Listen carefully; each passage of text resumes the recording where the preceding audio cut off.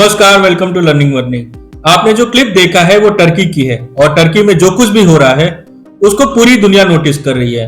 और अब सवाल ये भी उठने लगा है कि क्या टर्की में डेमोक्रेसी खत्म हो गई है और क्या डिक्टेटरशिप आ गई है। और उसका रीजन ये है कि इस समय जो टर्की के अपोजिशन लीडर हैं उनको टर्किश पुलिस ने गिरफ्तार कर लिया है। और जब उनको गिरफ्तार करने पुलिस आ रही थी तो उन्होंने कुछ बोला है, उसका आप एक छोटा सा क्लिप है, देखिए। और इसके बाद ही जो प्रोटेस्ट है वो पूरी तरीके से भड़क गई। आप इस क्लिप को देखिए, उन्होंने क्या कहा है। Üzülerek söylüyorum, milletimizin iradesini gasp etmeye çalışan bir avuç akıl,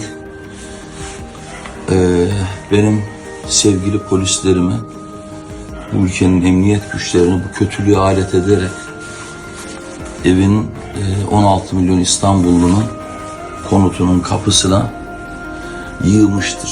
Yüzlerce polis yığılmıştır. Büyük bir zorbalıkla karşı karşıyayız ama yılmayacağımı bilmenizi istiyorum. Hepinizi çok seviyorum. Ben kendimi milletime emanet ediyorum. Dimdik ayakta olacağımı bütün milletim bilsin.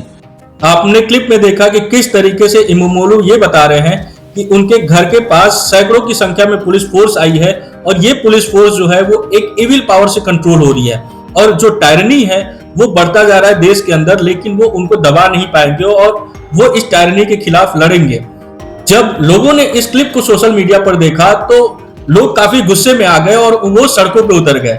इन सब चीजों को देख के president Erdogan जो है उन्होंने ban कर दिया किसी भी तरीके के प्रोटेस्ट को, लेकिन जो लोग हैं वो नहीं माने। अब सवाल ये उठता है कि एर्दोगान को एक्रम इमामोगलू से क्या खतरा है। खतरा पॉलिटिकल है और कुछ नहीं है। इस राइवलरी की जो शुरुआत है वो 2019 से होती है, जब एक्रम इमामोगलू ने एर्दोगान की पार्टी को इस्तांबुल में मेयर के पद पर हराया। इससे पहले एर्दोगान की पार्टी लगभग 15 सालों तक मेयर का पद संभाली और जब से एक्रम इमामोगलू जीत कर आए तब से एर्दोगान उनको हटाने की कोशिश कर रहे हैं। कई बार अलग अलग तरीके से उनको हटाने की कोशिश की, पॉलिटिकल टूल यूज किया, लेकिन वो हटा नहीं पाए। और इस राइवलरी की वजह से एक फायदा जो इमामोगलू को हुआ कि जो उनका पॉलिटिकल ग्राफ था वो बढ़ता चला गया और प्रेसिडेंट एर्दोगान के सामने हेड टू हेड आ गया। अब नेक्स्ट इलेक्शन 2029 में होने वाला है, उसके इलेक्शन के लिए अपने पार्टी की साइड से इमामोगलू ये घोषणा करने वाले थे कि वो प्रेसिडेंट पद के लिए चुनाव लड़ेंगे। और ये घोषणा करने से पहले एर्दोगान जानते थे कि अगर ऐसा होता है तो उनके जो चांसेस है जीतने के वो बहुत कम हो जाएंगे, क्योंकि आप सबको पता है कि जो इकोनॉमिक कंडीशन है, जो पॉलिटिकल कंडीशन है या जो इन्फ्लेशन की कंडीशन है वो टर्की के अंदर बहुत हाई है और लोग एर्दोगान की पार्टी और एर्दोगान से काफी नाराज हैं। तो इस वजह से इनको रोकने के लिए करप्शन, फ्रॉड और टेररिज्म का चार्ज लगा के गिरफ्तार करवा दिया। उनके ऊपर यह भी आरोप लगाया गया है कि जो केपीके ग्रुप है, कुर्दिश मिलिट्री ग्रुप है, उनसे भी इनके संबंध है और वो एंटी टर्किश जो काम है वो करते हैं। तो आप देखिए कि इनके ऊपर अलग अलग चार्जेस लगाए गए और ट्राई ये किया जा रहा है एर्दोगान की साइड से कि इनके जो चार्जेस है वो प्रूफ हो जाए और इसके बाद इनको इलेक्शन लड़ने से रोक दिया जाए। और अगर ऐसा होता है तो जो चांसेस है अपोजिशन का इनके सामने खड़ा होने का वो बहुत कम हो जाएगा, क्योंकि दो तीन चीजें होंगी। एक तो ये हो जाएगा कि तुम एंटी नेशनल पार्टी हो, दूसरी चीज ये हो जाएगा कि उनके सामने कोई फेस नहीं होगा एर्दोगान के खिलाफ लड़ने का। तो वो ट्राई ये कर रहे थे, लेकिन हुआ उल्टा। जो लोग हैं, लोगों को समझ में आ गई चीजें और जो उनके वीडियोस थे वो जब सामने आए तो इस्तांबुल सहित मेन जितने भी सिटीज हैं, चाहे वो अंकारा हो या बाकी जो शहर है, वहां पे भी प्रोटेस्ट शुरू हो गए। तो अब इसको एर्दोगान कैसे हैंडल करते हैं ये देखने वाली चीज है, क्योंकि जो टर्किश लोग हैं वो इनसे ऑलरेडी बहुत परेशान हैं। पहले से ही जो इन्फ्लेशन है वो लगभग 40% के आसपास है। अभी जो लास्ट क्वार्टर गया था उसमें 40% से नीचे इन्फ्लेशन रेट आया था, तो टर्की में सेलिब्रेशन हुई थी। आप सोचिए कि किसी कंट्री में 40% इन्फ्लेशन रेट हो। दूसरी चीज, जब इनको गिरफ्तार किया गया तो जो लीरा की वैल्यू है वो बहुत तेजी से गिरी है, जो इकोनॉमी है वो बहुत तेजी से कोलैप्स हो रही है और जो फॉरेन इन्वेस्टर है वो इस्तांबुल छोड़ के भाग रहे हैं, क्योंकि फॉरेन इन्वेस्टर जो हैं उनको स्टेबल कंट्री चाहिए जहां पे वो इन्वेस्ट करे और उनकी जो पैसे हैं वो ग्रो करे। लेकिन ऐसा टर्की में होने वाला नहीं है, क्योंकि जो पॉलिटिकल स्टेबिलिटी है वो टर्की में आना बहुत मुश्किल दिख रहा है। अब किस तरीके से गवर्नमेंट एर्दोगान जो है इसको हैंडल करते हैं वो देखने वाली चीज है।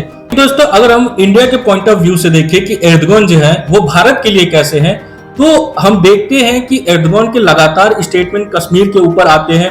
आपको पता है कि कुछ दिन पहले ये पाकिस्तान के दौरे पे गए थे और उन्होंने वहां पे स्टेटमेंट दिया था जिसमें उन्होंने कहा था कि कश्मीर जो इशू है उसको सॉल्व करना चाहिए यूएन का जो रिजोल्यूशन है उसके ऊपर, और उन्होंने शायद ये भी कहा था कि गाजा की जैसा कंडीशन जो है वो कश्मीर की हो गई है।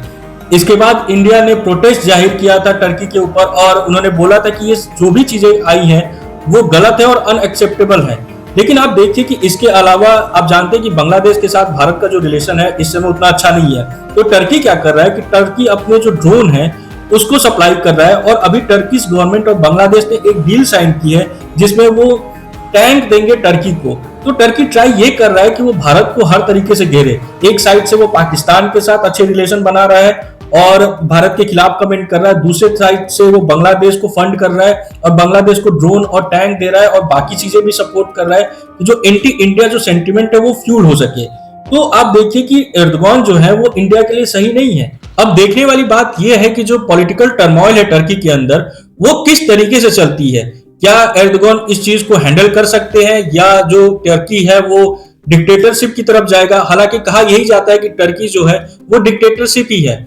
या जो प्रोटेस्टर हैं वो सफल होंगे और इमामोलू को वापस लेके आएंगे, और अगर ऐसा होता है तो जो आने वाला प्रेसिडेंट इलेक्शन है बहुत चांसेस है कि इकरेम इमामोल टर्की के नए प्रेसिडेंट बनेंगे। अब ये किस तरफ जाता है ये देखने वाली चीज है, ये समय के साथ पता चलेगा। लेकिन भारत सहित यूरोप या वर्ल्ड के जितनी भी कंट्रीज हैं वो देख रही हैं कि टर्की के अंदर क्या हो रहा है और वो किस डायरेक्शन में जा रहा है। दोस्तों, अगर आपको हमारी वीडियो अच्छी लगी हो, इन्फॉर्मेटिव लगी हो तो प्लीज लाइक और सब्सक्राइब करें, शेयर करें। धन्यवाद।